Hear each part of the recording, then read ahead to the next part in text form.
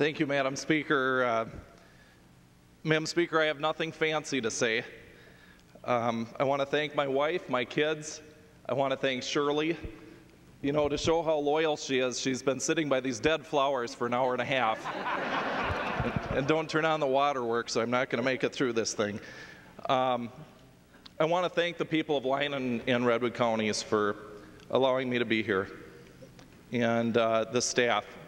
Nonpartisan, partisan, those who make us look so good on both sides of the aisle. Al went to Morgan High School, we went to St. Michael's, we had 8 years of education beaten into us, not by the same nuns, but who says that smart kids don't come from small towns? And the House GOP caucus for allowing me to lead you for 3 years. I think all of us in this room, I think a lot of you know I like stories. And I can look around the room and I can tell a little story about everybody in the room. Maybe saw you in the hallway or in a committee or in the bathroom or somewhere in the back room or whatever.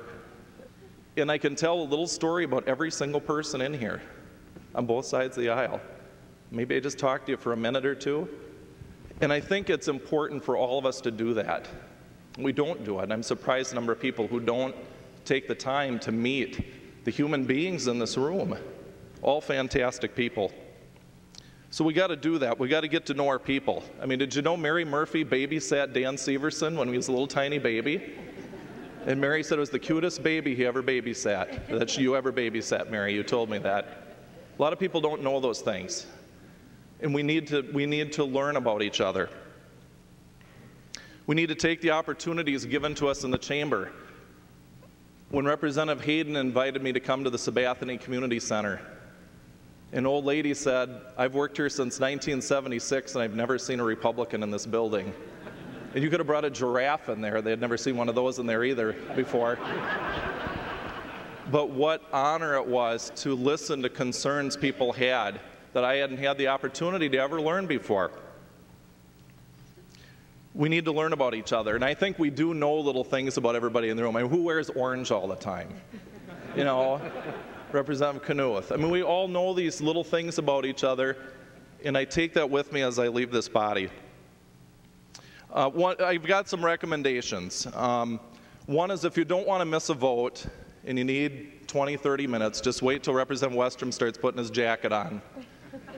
And that'll buy you about 15, 20. And so that's a lesson, I think, for those of you who have things to do. That'll buy you some time.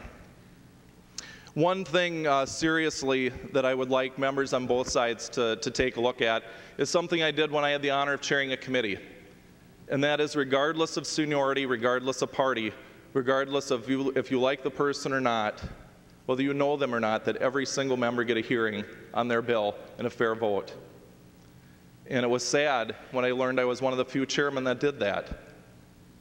And if you don't have time, make time. And I didn't care if it was Keith Ellison who needed a hearing on a bill or if it was a senior Republican. And it's not something, members, we should have to put in the rules to force us to do it. We should do it because it's the right thing. It's interesting, some of the stories that we like to tell. On a Friday night, it was particularly late, and my wife told my son, Dad's coming home tonight,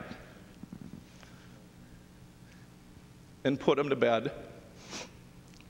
He climbed out of bed and was sleeping on the floor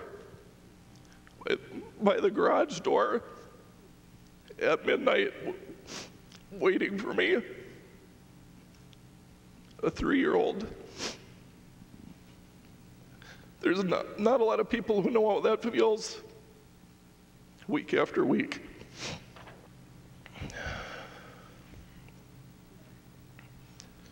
The other thing I want to send appreciation to is the human side of everyone in this room. When my dad died,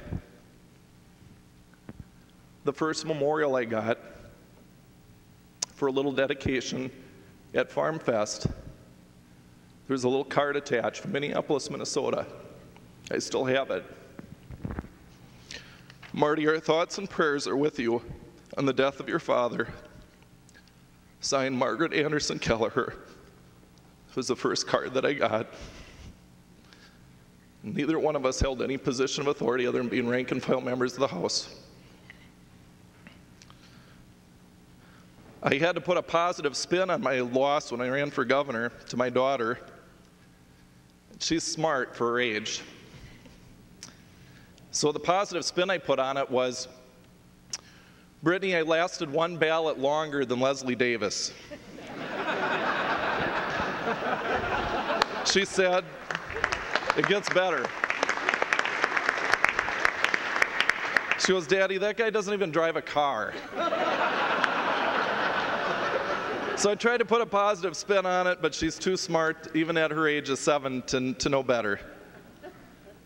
The day of the state convention, Braxton had a big scrape on his nose. And we were getting ready to go on stage, and the reporter asked, and you remember this, Mary, the reporter asked, what happened to your nose, this huge gash? He said, I fell off my bike last week, and Daddy was not there to catch me.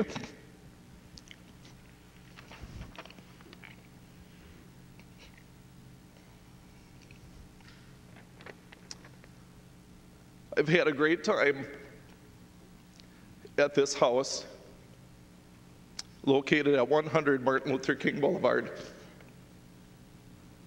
But the house where I belong is on East Lyon Street in Marshall, Minnesota.